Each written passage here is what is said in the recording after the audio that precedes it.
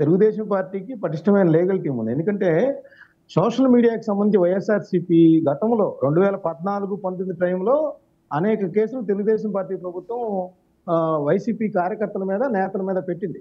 అదేవిధంగా ఇప్పుడు కూడా పెడతా ఉంది.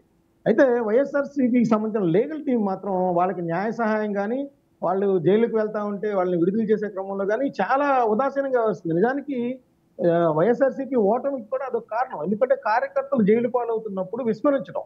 ఎందుకంటే వాళ్ళు ఆర్థికంగా నష్టపోయి ఉన్నా కూడా వైఎస్ఆర్సీపీకి జగన్ గారికి అండగా ఉండి జగన్ గారు జైల్లో ఉన్నప్పుడు పోరాటాలు చేసినప్పటికీ కూడా లీగల్ పరంగా సహాయం అందించడంలో ఘోర వైఫల్యం చెందారని చెప్తాను. ఇప్పటికి కూడా చాలా మంది కార్యకర్తలు తిరుగుతూ ఉంటారు, సార్ మమ్మల్ని వేధిస్తా ఉన్నారు, 2014 కేసులు కూడా ఇంకా ఉన్నాయని చెప్పేసి. అంటే అప్పటి కేసులు కూడా వాళ్ళు సొంతంగా వాదించుకొని ఆర్థికంగా ఇబ్బందులు పడుతున్న పరిస్థితి కూడా ఉంది. అక్కడ పట్టించుకునే వాళ్ళు లేరనేది కూడా అక్కడ విమర్శిస్తుంది. ఇప్పుడు ఈ కార్యకర్తల సహాయ నిరాకరణకు కానీ వైఎస్ఆర్సీపీ ఓటమికి కానీ అది కూడా ఒక ప్రధాన కారణంగా ఉందనేది గమనించాలి. ఖచ్చితంగా లీగల్ టీం తెలుగుదేశం పార్టీతో పోల్చుకుంటే వైఎస్ఆర్సీపీకి అంత లేదనేది నేను చెప్తాను. రైట్. ఒకసారి పృథ్వీ మాట్లాడారు.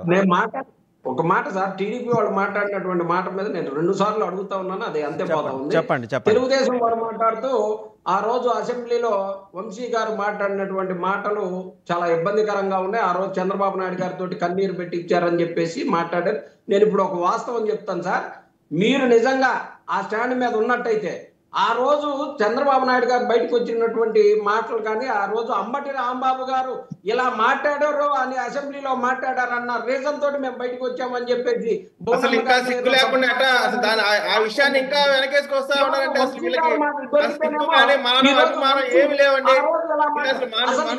అర్థం కావట్లా, అసలు సిగ్గు లేని మాటలు మాట్లాడుతా ఉన్నాడు. సిగ్గు లేకుండా పట్ట పగలు దొంగలాగా దొరికిపోయి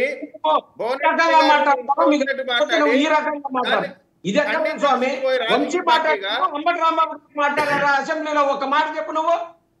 ఎందుకని అంబటి రాంబాబు గారు నిన్నటిదాకా వేధించుకు తిన్నారు, అది మాట్లాడింది అంబటి రాంబాబు గారు అని చెప్పేసి. ఇప్పుడు అంబటి రాంబాబు గారా మాట్లాడింది ఆ మాట? అనేది మీరు తెలుగుదేశం ఏం చెప్పిందో చెప్పంటున్నా నేను. ఎవరు దొరికితే ప్రజలు గమనిస్తారన్నా. వల్లభనేని వంశీ మాట్లాడాడు, రాంబాబు మాట్లాడాడు. మీ పార్టీకి సంబంధించిన ప్రతి నాయకుడు ఇష్టం వచ్చినట్టు బరి తెగించి మాట్లాడే మాట వాస్తవం అందరికి ప్రజలకి తెలుసు. రైట్ అండి, రైట్. ఒకసారి వేరే అంశంలోకి వెళ్దాం. పృథ్వీ గారు నిన్న తప్పైపోయింది క్షమించండి అంటూ అంటే ఆయన సినిమా ఫంక్షన్కి వెళ్ళి ఒక మాట అన్నారు. మేము వెస్ట్ ఈస్ట్ వాళ్ళం, సహజంగానే మాకు వెటకారం ఉంటుంది, ఆ వెటకారం కొద్దీ ఏదో అనేసాం, దయచేసి మనసులో పెట్టుకోమాకండి, సినిమాని ఆస్వాదించండి, don't boycott Laila, welcome to Laila అని చెప్పుకుంటూ వచ్చాడు. శాంతిప్రసాద్ గారు, ఆయనకి ఒక 2 రోజులు గడిస్తే కానీ ఇది స్ఫురణకి రాలేదా అనవసరంగా ఆ అంశాన్ని కెలికానని? ఒకసారి ఆయన ఏం మాట్లాడారో చూసి మీ దగ్గరకు వస్తాను శాంతిప్రసాద్ గారు. సినిమా నటుడుగా, ఒక కమెడియన్గా వెస్ట్ ఈస్ట్లో పుట్టాం పెరిగాం కాబట్టి మాకు వెటకారం అనేది మాకు వెనతో పెట్టిన పిచ్చ. సో వ్యక్తిగతంగా నాకు ఎవరి మీద ఎటువంటి ద్వేషం లేదు. రాజకీయాలంటే వేరే వేదిక మీద మనం మాట్లాడుకుందాం. వ్యక్తిగతంగా సినిమాని కిల్ చేయకండి, సినిమాని మనం ప్రేమిద్దాం, సినిమాని గౌరవిద్దాం. ఎందుకంటే మనం భోజనం చేసేది సినిమా మీదే, మనకి ఎంత క్రేజ్ వచ్చిందంటే సినిమాయే. రైట్. శాంతిప్రసాద్ గారు ఆయన మాట్లాడి చూశారు కదా. ఇప్పుడు పృథ్వీ అనే వ్యక్తిని వైసీపీ అధికారం ఉన్నప్పుడు ఏ రకంగా అతన్ని బదనాం చేశారనే దాని మీద అతనికి ఒక రకమైన మానసికమైన ద్వేషభావం వైసీపీ మీద ఉంది. అప్పట్లో మా జనసేన పార్టీని, జనసేన అధినేతను కూడా అతను దూషించాడు. తర్వాత తను తప్పు తెలుసుకున్నాడు.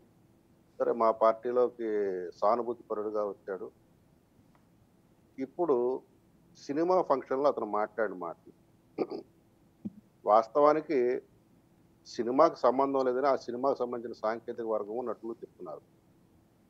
ప్రతి చోట కూడాను మన తేలు మంత్రం వేయకూడదు సార్. మన తెలుగులో కూడా ఒక సామెత, ఎక్కడ పడితే అక్కడ తేలు మంత్రం వాడకూడదు.